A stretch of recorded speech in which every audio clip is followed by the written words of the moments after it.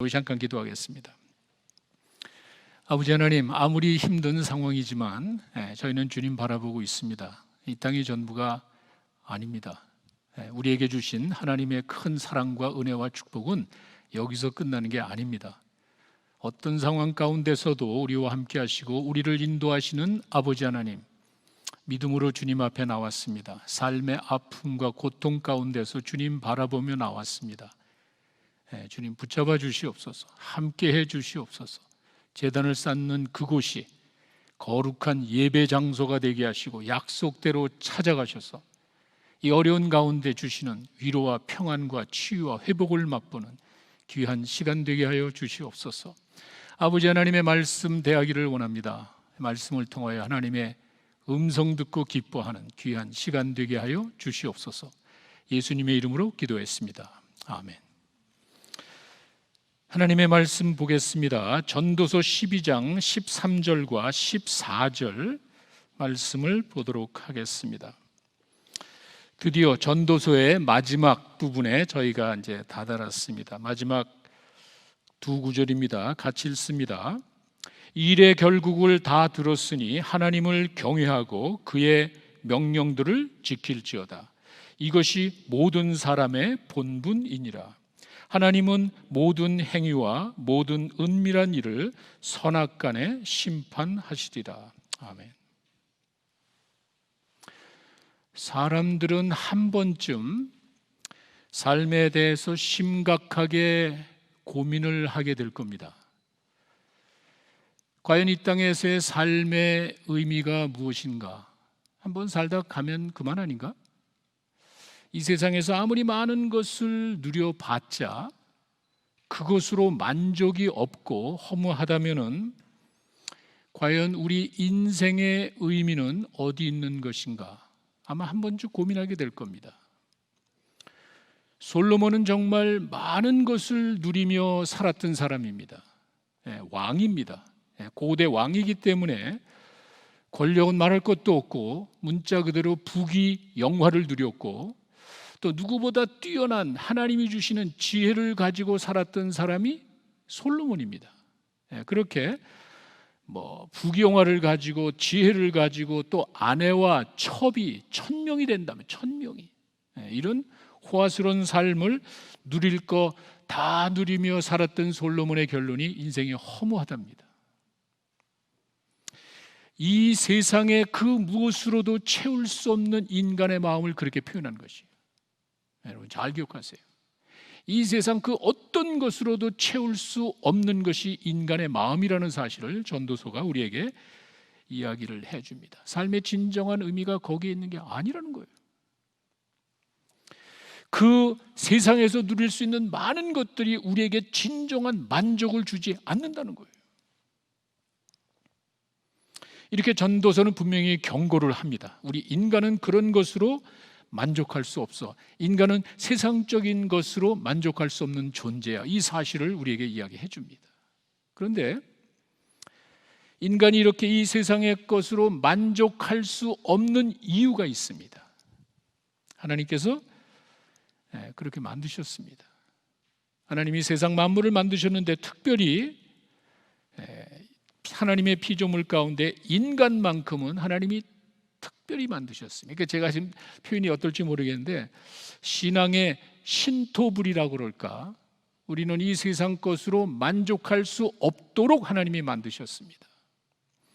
우리 한국 사람들이 미국에 아무리 오래 살고 아무리 좋은 것을 누린다 하더라도 김치를 먹어야 만족하는 것 같이 우리가 세상에서 많은 것을 누릴 수 있지만 그것이 우리에게 진정한 만족을 주는 게 아니라는 거예요. 신앙의 신토부리가 우리에게 있다는 그런 말입니다. 우리는 육적인 것으로는 만족할 수 없고 영적인 것이 채워져야 되는데 그것이 바로 우리 인간만 가지고 있는 모습입니다. 그래서 세상 것으로 만족할 수가 없는 거예요. 전도서 3장 11절에 우리가 이미 봤습니다. 분명히 우리에게 이야기를 해주고 있습니다. 이 세상 만물을 창조하시고 이 모든 것을 지으신 하나님께서 우리에게 주신 게 하나가 있습니다. 3장 11절에 이렇게 되어 있죠. 하나님이 모든 것을 지으시되 때를 따라 아름답게 하셨고 또 사람들에게는 영혼을 사모하는 마음을 주셨느니라. 그러나 하나님의 하시는 일의 시종을 사람으로 측량할 수 없게 하셨도다. 이 세상 그 무엇으로도 채울 수 없는 영원히 살고 싶은 욕망이 우리에게 있단 말이에요. 세상 그 어떤 것으로도 불가능한 것입니다. 세상의 그 어떤 것으로도 채울 수 없는 그 영혼을 사모하는 마음을 하나님이 주셨단 말이에요. 하나님만이 채우시는 거예요. 그래서 우리는 이 세상 것으로 만족할 수 없다는 거죠. 인간에게만 그렇게 영혼을 사모하는 마음을 주셔서 그것이 채워지기 전까지 우리에게는 영적인 갈급함이 있습니다. 오래 살고 싶은 욕망이 우리 인간에게만 있단 말이에요. 그리고 그것은 세상적인 것으로 채울 수 있는 것이 아닙니다. 그래서 솔로몬이 인생이 허무하다고 한 거야. 이 세상의 부귀, 영화, 권력 다 누리면서도 솔로몬이 누린 것은 그것으로 채울 수가 없잖아요. 왜? 인간이 그렇게 만들어진 게 아니에요. 우리는 영혼을 바라보고 있다고. 이 땅이 전부가 아니란 말이에요. 죽음이 다가오고 그 위의 삶을 어디서 우리가 채울 수 있냔 말이에요. 네, 솔로몬은 그걸 알고 있습니다. 이 세상 것으로 만족할 수 없을 뿐만이 아니라 세상 부귀 영화가 우리에게 영원한 삶을 보장해 주는 게 아니에요. 허무하죠. 이렇게 전도서는 하나님이 없는 삶이 허무하다는 사실을 강조합니다. 왜? 인간은 하나님의 피조물입니다. 그냥 툭 떨어진 게 아니에요. 아무도 그 믿는 사람이 없습니다. 하나님은 인간을 만드셨기 때문에 하나님의 피조물이고 그 하나님의 피조물이 하나님을 떠났을 때 허무한 거예요. 그 하나님이 만드신 피조물이 하나님을 떠났을 때 인간은 그 어떤 것으로도 만족할 수가 없는 거예요. 허무한 거예요.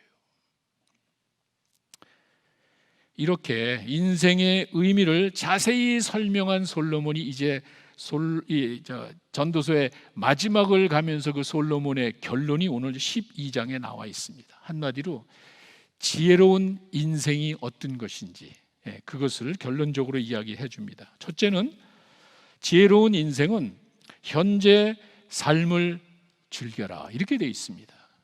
제가 11장 19절 그 전정이죠. 11장 9절에 나와 있는 그 내용을 쉬운 성경으로 읽어드리겠습니다. 청년이여 내 젊은 시절을 즐거워하여라.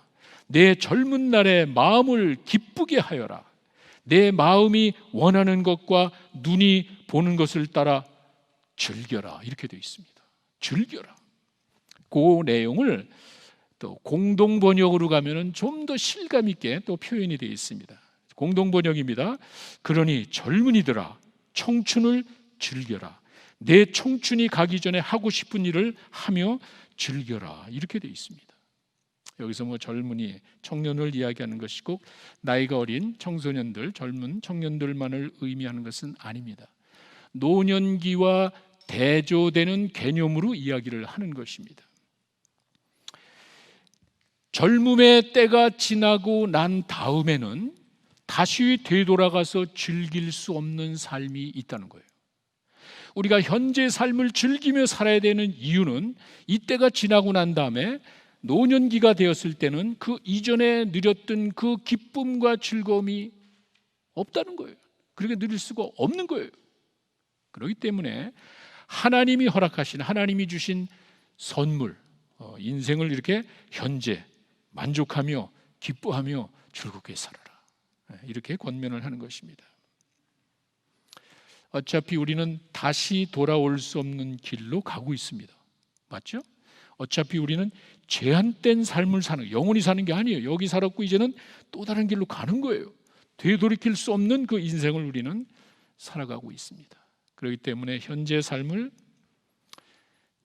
인조해라.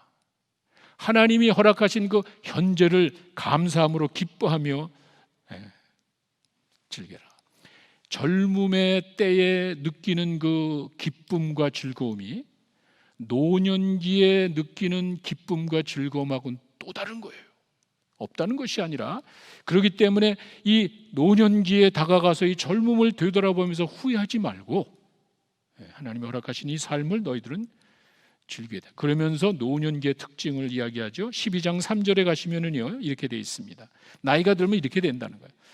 12장 3절입니다. 그날이 오면, 이제 나이가 든 때가 되면은요, 너를 보호하더니 팔도 힘을 잃어버리고 강한 다리도 약해지고 구부러질 것이고 너의 치아는 다 빠져서 씹지 못하게 될 것이며 너의 눈도 흐미하게 될 것이다. 그렇잖아요. 인생이 그렇게 바뀌잖아요. 이게 잘못된 게 아니잖아요. 정상이잖아요. 그 전의 삶을 즐기라는 거예요. 그런 날이 온다는 사실을 다 알고 있으면은 지금 현재를 만족하면서 기쁘게 살라는 거예요. 왜? 하나님이 허락한 삶이야. 아무도 내 삶을 내가 컨트롤을 할 수 없습니다. 하나님이 허락하신 거예요. 그렇기 때문에 현재 삶을 만족해라. 가끔 보면은 참 안타까운 일들이 있습니다. 이민자의 삶이 더 그런 것 같아요. 문화가 다르고 언어가 다른 곳에 와서 오로지 그냥 몸으로 때우면서 성실하게 열심히 살아서 자녀들 교육시키고 뭔가 성공은 아니지만 그래도 뭔가 이룬 것 같고 이제 안정되게 살만 하면은 문제가 생기는 거예요. 이제 어느 정도 삶의 기반을 다져놓으면은 갑작스럽게 문제가 생기는 거예요. 그동안에 한 번도 휴가도 없고 한 번도 마음의 여유도 없고 한 번도 즐기는 삶이 없다가 이제 뭔가 누릴만 하면은 떠나는 거예요. 허다합니다. 참 안타까운 마음이 이제 금할 길이 없습니다. 12장 4절에 가시면은요, 새 소리를 듣고 일어난다 그러죠. 이 무슨 말인지 모를 거예요. 새 소리를 듣고 12장 4절의 그 말은 잠을 제대로 자지 못하는 거예요. 젊었을 때는 그냥 머리만 닿으면 그냥 자잖아. 5분도 2분도 안 돼서 그냥 코골코골 자는데 나이가 들면은 그렇지가 않습니다. 잠이 안 옵니다. 노년기가 돼서 잠이 제대로 오지 않고 뒤척이다가 그냥 밤을 셉니다. 그러다가 아침 새벽녘이 됐을 때 새소리를 듣고 더 이상 잠을 이루지 못하니까 일찍 일어나는 그 모습을 그렇게 설명합니다. 그러니 무슨 즐거움이 있겠습니까? 그런 날이 온단 말이에요. 12장 6절로 가시면은요, 이런 날이 있습니다. 항아리가 샘 곁에서 깨지고 바퀴가 우물 위에 깨지고. 이게 무슨 말이냐면은 고대 사회, 아니 저희 때도 그랬습니다. 저희 어릴 때도 그 우물물을 길어내려면 우물이 깊잖아요. 이렇게 하기 어려우니까 도르래 이렇게 동그란 걸 달아서 바가지를 툭 내밀고 물을 끌어올리고 이렇게 했는데 도르래가 깨졌대. 보세요. 저 안에는 지금 충분한 물이 있습니다. 그 당시 고대 사회에는 샘이라는 것은 생명의 근원이에요. 생명의 근원이 저기 있단 말이에요. 내 앞에 지금 샘물이 있단 말이에요. 그런데 그림의 떡이야. 왜? 이게 고장이 나니까. 또 항아리가 깨졌다는 건 뭐냐면 그 샘물을 길어가지고 이제 항아리에다 담아서 내 집에 가야 우리 식구들도 먹여야 되는데 항아리가 깨진 거야. 그러니 어떻게? 그림의 떡이지. 그런 날이 온단 말이에요. 그 좋은 것들을 마음껏 누리지 못하는 그날이 온단 말이에요. 분명히 있는데 샘물이 그대로 있는데 그를 길어낼 수도 없고 기껏 길어냈더니 항아리가 깨져버렸어. 이런 날이 온단 말이에요. 눈앞에 좋은 것을 두고도 내 눈앞에 정말 멋진 그 삶을 두고도 누리지 못하는 그날이 온단 말이에요. 7절은 이제 결정적으로 우리가 현재 삶을 즐겨야 되는 이유를 죽음으로 설명합니다. 우리는 이미 다 이야기했잖아요. 여러분 기분 나쁘게 이렇게 생각하지 마시고 피할 수 없는 거예요. 준비하셔야죠. 마음의 준비하셔야죠. 내가 여기서 영원히 사는 것이 아니라면은 지혜롭게 준비를 해야죠. 전도서는 그걸 계속해서 우리에게 이야기를 합니다. 우리가 신이 아니란 말이에요. 내가 하나님이 아니기 때문에 내 삶을 한치도 연장할 수가 없는 거예요. 그걸 항상 기억하며 현실이니까 이 사람 저 사람 예외가 없잖아요. 그 미래를 다가올 죽음을 피할 수 없는 그 현실을 지혜롭게 준비하란 말이에요. 지혜로운 인생은 현재 삶을 즐기는 거야. 언제 나에게 어떤 일이 일어날지 아무도 모릅니다. 지금 현재가 하나님께서 나에게 주신 축복의 순간이에요. 지혜로운 인생은 현재 삶을 즐기는 거예요. 하나님이 나에게 허락하신 지금 이 순간을 기뻐하며 감사하며 사는 거예요. 두 번째, 지혜로운 인생은 창조주를 의식하면서 사는 겁니다. 12장 1절로 가시면은요, 12장 1절 상반절에 이렇게 되어 있습니다. 너는 청년의 때에 너의 창조주를 기억하라. 아까 그 전에는 즐기라고 그랬잖아요. 마음껏 즐기라고 이야기를 해놓고 난 다음에 12장 1절로 가면 너는 청년의 때 마음껏 즐기되 창조자도 기억해라. 그 즐거움 이후의 것을 염두에 두라는 거예요. 지금 현재 즐기며 사는 것만이 전부가 아니라는 거예요. 현재 삶을 즐기는 것도 중요하지만 그 삶의 평가가 있다는 거예요. 의식해야 되는 것 아니에요? 이것이 우리가 말하는 특권에는 책임의식이 수반된다 그 말이에요. 프리빌리지만 주장하면 안 돼. 프리빌리지만 있으면 안 되고 우리는 책임의식이 있어요. 이게 성숙한 사람의 모습이야. 마스크 하나 쓰는 게 이게 뭐 이렇게 대단하냐 말이야.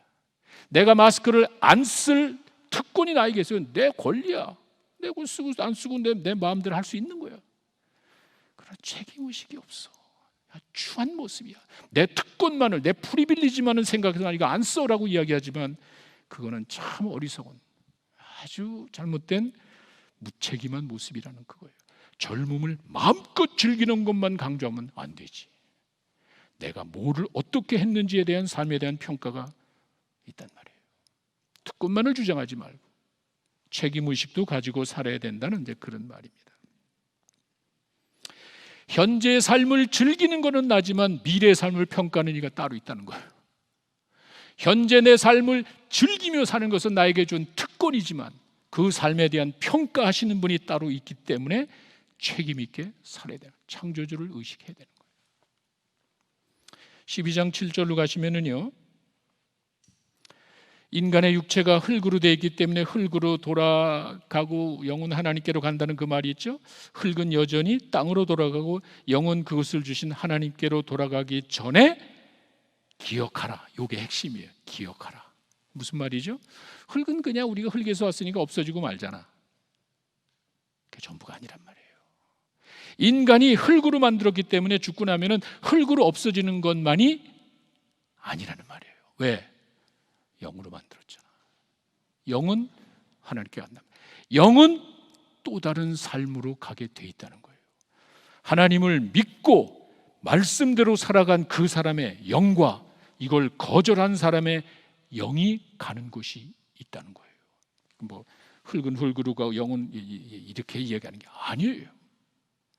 내 육체는 흙으로 가서 흐지부지 없어질지 모르지만 영은 그렇지 않아. 그 영은 반드시 갈 곳이 있단 말이에요. 이 땅에서의 삶을 마치면은 또 다른 삶이 있는데 그거를 창조주가 주관하신다는 거예요. 그걸 기억하라는 거예요. 흙은 그냥 사라지지만 영은 그냥 사라지는 것이 아닙니다. 그걸 강조하죠. 12장 8절 인생이 헛된 것이라는 사실을 또다시 헛되다, 허무하다 이렇게 이야기하는데 시작을 그렇게 했습니다. 전도서 시작을 헛되다라고 이야기하고 이렇게 즐기는 인생만을 생각했을 때 그 인생은 허무한 거예요. 왜? 거기 남는 게 없지. 왜? 만족이 없잖아. 그리고 나는 즐겼는데 거기에 대한 평가를 하나님이 하신대. 허무하지. 이렇게 인간적인 관점에서 보면 하나님이 없는, 하나님과 무관한 삶은 만족을 주는 것 같지만 속지 마십시오. 하나님과 무관하게 세상적으로 즐기는 그 삶은 우리에게 만족을, 궁극적인 만족을 주지 못할 뿐더러 평가가 있단 말이에요. 그런데 재미난 것은 이렇게 우리의 삶이 허무한 것으로 끝나나? 그렇진 않습니다. 이렇게 우리가 인간적으로 봤을 때 하나님 없는 삶은 허무할지 모르지만 주님 안에서의 삶, 하나님을 믿는 사람들의 삶은 다르다는 사실을 사도 바울이 분명히 이야기합니다. 고린도전서 15장에 가시면 그것이 부활장이죠. 부활장을 다 끝나고 마지막 결론이 15장 58절입니다. 이 내용을 가만히 보시면 첫 번째 시작이 그러므로, 부활에 대해서 쫙 이야기를 합니다. 부활의 증거, 순서 다 이야기하고 난 다음에 그러니까 너희도 흔들리지 말고 살아갈 것을 왜? 우리의 삶이 헛되지 않다는 거예요. 주님 안에서의 삶이, 사도 바울은 인생이 헛되다고 사람들을 이야기할지 모르지만 하나님이 없는 삶은 허무하지만 하나님을 믿고 살아가는 그 사람들의 삶은 절대로 헛되는 것이 아니야. 죽음 후에도 그 얘기를 하는 거예요. 이 땅에서의 삶이 허무하지 않은 것은 부활이 있기 때문이야. 죽음 이후의 삶이 있기 때문에 이 땅에서의 삶은 헛된 것이 아니야. 그걸 이야기합니다. 여러분 아시다시피 부활 믿는 사람들이 별로 없죠. 세상 사람들이 봤을 때 부활을 믿는 것이 우습지요. 헛되게 보이겠죠. 그러나 잘 기억하십시오. 기독교는 부활을 그냥 이야기하는 게 아니에요. 주님이 말씀하셨습니다. 내가 고난당하고 죽고 난 다음에 사흘 후에 살아날 것이야. 주님은 이야기했습니다. 그대로 부활하셨습니다. 그리고 부활의 증인들을 쫙 이야기합니다.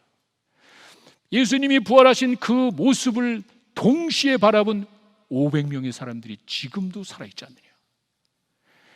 복잡하게 부활을 어떻게 그 할 필요가 없는 거야. 부활한 사람을 봤다는데 증인이 있으면 되는 거야. 근데 그것도 500명에게 동시에 나타났는데 고린도전서니까 마태복음 복음서 이후에 한 20년, 30년도 안 됩니다. 30년 전에 바울이 그 얘기를 하는 거예요. 30년 전에 바울이 이야기하는 그 내용의 핵심은 500명 앞에 동시에 나타나는데 그 사람이 지금도 살아있지 않느냐. 뭐죠? 부활의 증인을 이야기하는 거예요. 기독교의 부활은요, 예수님이 이야기하셨고 그걸 그대로 그냥 입증해 보이신 거야. 본인 스스로 부활해서 사람들 앞에 나타나 보이신 거야. 그러니 헛되지 않지. 기독교가 그렇게 우선 종교가 아니에요. 시대와 지역과 문화와 언어를 초월해서 유일하게 퍼져나가는 종교가 기독교인데 그게 그냥 되는 게 아니에요. 모두에게 적용되는 보편 진리, 유니버셜 트루스가 있고 이것이 하나의 순수한 역사이기 때문에 그냥 가설 전설이 아니라 실제로 예수님이 부활을 하셨고 그를 본 사람이 있대. 뭐가 더 필요합니까? 헛되지 않지. 그렇기 때문에 여러분들이 이 땅에 살면서 손해보고 왕따당하고 고통당하고 희생하며 사는 삶이 헛되지가 않지. 왜? 부활이 있잖아. 바울이 그렇게 이야기하는 거예요. 하나님 없는 삶은 헛되지만 하나님을 믿고 살아가는 그 사람들의 삶은 절대로 헛된 것이 아니야. 왜? 주님이 함께 하시니까. 그걸 이야기해요. 지혜로운 인생은 창조주를 의식하면서 사는 겁니다. 그게 전부가 아니란 말이야. 내가 즐기고 먹고 마시고 인주하는 정도가 아니란 말이야. 그 뿌린 씨가 어디가? 심은 대로 걷는다는 그 원칙에 의해서 나는 즐기지만 그걸 평가하는 창조주가 있다는 사실을 의식하며 사는 게 지혜로운 인생이에요. 마지막 세 번째는 청지기의 삶을 살아라. 지혜로운 인생은 청지기의 인생을 사는 것입니다. 이건 복잡한 이야기가 아니고 청지기가 뭐죠? 매니저. 매니저는요 일을 맡은 사람, 스튜어드라고 그러죠. 매니저는 나에게 주어진 그 시간과 그 잡을 통해서 주인을 위해서 사는 사람이야. 이게 매니저예요. 그런데 내가 스토어를 매니저한테 맡겼는데 이 매니저가 지 멋대로 하네? 왜? 주인이 없잖아. 나는 매니저인데 이 사람한테 내가 매니저라 그랬지 주인이라고 하지 않은데 자기 마음대로 멋대로 하는 거야. 이거는 주인의 행세를 하는 이 청지기는 어떻게 되죠? 책망받지. 우리가 그렇게 살아간단 말이에요. 내 인생이 내 거가 아니란 말이에요. 여러분 인정하거나 말거나 이 세상의 시작이 그냥 풍 빅뱅 떨어진 게 아니란, 그렇게 믿는 바보 같은 사람이 어딨냔 말이에요. 차라리 하나님이 창조했고 그 모든 것들을 창조하신 그 내용을 진리로 우리가 생각했을 차라리 그게 낫지. 어떻게 우연히 그 복잡한 우리 인간의 신묘 막직한 인간의 그 몸을 어떻게 설명하냔 말이에요. 어떻게 빅뱅 돼가지고 우리 몸에 돌아지는 그 많은 일들이, 그 신비로운 일들이 어떻게 이루어지냔 말이에요. 그럴 수는 없잖아. 하나님이 세상을 만드시고 하나님이 인간을 만드시고 우리에게 맡겼단 말이에요. 인생을, 내 살아가는 이 삶을 하나님이 나에게 맡기셨다고 생각해야지. 그 주인을 의식하는 거예요. 주인을. 이게 청지기의 삶입니다. 그런데 가만히 보면은 내 멋대로 사는 거야. 내 마음대로 살아가는 거야. 그러면은 그 사람의 뜻대로 끝나고 그냥 마무리 짓는 된 거야. 내가 내 멋대로 살았으니까 그냥 그대로 살고 마지막에 평가받으면 되는 거야. 근데 아니잖아. 우리가 알잖아. 이 땅에서 먹고 마시고 실컷 즐기려면 끝 믿는 바보 같은 사람이 어디 있냔 말이에요. 우리 잠재의식이. 이야기하지 않아도 아까 말씀드렸죠. 하나님이 우리에게 영혼을 사모하는 마음을 주셨기 때문에 인간만 영혼이 살고자 하는 능력이 있고, 영혼이 살 수 있는 능력이 있고, 영혼이 살고자 하는 미래를 바라보는 지혜가 있단 말이에요. 인간만. 우리들이 가지고 있는 그 놀라운 특권 가운데 하나가 우리는 영혼을 바라본단 말이에요. 우리만 그걸 그렇게 느껴. 왜? 그렇게 만드셨으니까. 이렇게 청지기의 삶이라는 것은 나에게 주어진 삶이 내 것이 아니고, 내 것이 아니기 때문에 내 마음대로 해서는 안 되고, 이 맡기신 주인을 의식하면서 사는 거, 이게 청지기의 삶입니다. 우리가 그렇게 살아야 되는 거예요. 전도서를 마무리하면서 철저한 청지기 의식을 이제 강조합니다. 그리고 그 청지기의 삶이 어떤 것인지를 마지막 제가 오늘 읽은 본문입니다. 12장 13절에 13절 14절에 이렇게 세 가지로 나눠서 이제 이야기를 합니다. 하나님을 경외하고 말씀에서 명령에 준수하고 그다음에 마지막 심판하고. 자, 첫 번째 하나님을 경외하고 이렇게 돼 있습니다. 하나님을 경외하고. 피조물인 인간이 하나님을 향해 가져야 되는 가장 기본적인 자세가 하나님을 경외하는 거예요. 주인이 내 능력에 따라서 나를 믿고 스토어를, 사업체를 맡겼다면은요, 그 주인을 경외해야 돼. 그 경외한다는 건 주인에게 감사죠. 나에게 사업체를 맡겨주니까, 내가 나를 매니저 삼아주니까 감사죠. 감사한 것만이 아니잖아. 주인의 그 지혜와 주인의 그 마음이 참 너무도 존경스러워. 당연한 것 아니에요? 나에게 이런 큰 직책을 맡겨준 그 주인을 바라보는 청지기 매니저의 마음이 경외하는 거라는 거예요. 하나님께서 내 인생을 내 마음대로 사는 게 아니잖아. 한치도 연장할 수 없잖아. 그런 인생을 제가 지금까지 살아왔단 말이에요. 지나간 모든 일들이 정말 하나님의, 이게 정말 기적이잖아요. 전 그렇게 봐요. 이런 내 삶의 진위라고 그럴까? 내 진정한 모습과 이 가짜 잘못된 모습을 저울질해 보세요. 저는 그래요. 솔직히 말씀드려요. 제가 진심으로 하나님 앞에 충성되고 거짓 없이 깨끗하고 성실하게 하나님의 말씀만 증거하며 살아갔느냐는 것보다는 내 생각대로 살아간 게 많은 것 같아. 만약에 세상 법칙에 의해서 세상 원리에 따라서 판단을 한다면 저는 여기 남을 수가 없지요. 저는 그렇게 믿고 있습니다. 여러분 어떤지 모르겠어요. 하나님의 눈으로 봤을 때, 주인의 관점으로 봤을 때 매니저가 아무리 잘하는 것 같지만 주인의 관점에서 부족한 게 있단 말이에요. 그와 같은 것을 의식하면서 주인을 향해 가져야 되는 우리들의 자세는 참 감사하죠. 나한테 이런 거 맡겨주시고 오늘까지 하나님이 나에게 살게 해주셨잖아. 내가 컨트롤할 수 없는 인생인데 어쨌거나 하나님이 날 이 시간까지 인도해 주셨잖아. 감사하죠. 그리고 하나님을 존경하게 되는, 이게 경외하는 마음이에요. 청지기가 가져야 되는 가장 기본적인 자세는 하나님을 경외하는 게. 이게 이제 잠언서 1장 7절에 가시면은요, 잠언이 지혜문학서 아니에요? 잠언 1장 7절에 하나님을 경외하는 것이 지식의 근본이래. 솔로몬이 그렇게 이야기했습니다. 세상 만물의 근원이 되시는 하나님을 알고 사는 것이 기본이지. 그렇지 않아요? 이 세상 모든 것을 창조하시고 주관하시는 하나님이 있다면은 그 하나님을 의식하고 하나님을 경외하는 것이 지식의 근본이 되어야 되는 것 아니에요? 당연한 이야기 아니에요? 솔로몬은 그렇게 이야기를 합니다.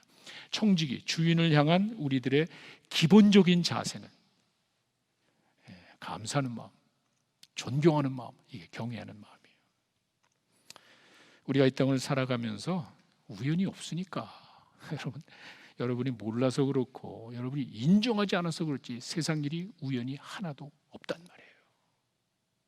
그냥 액시던트로 되는 게 아니란 말이에요.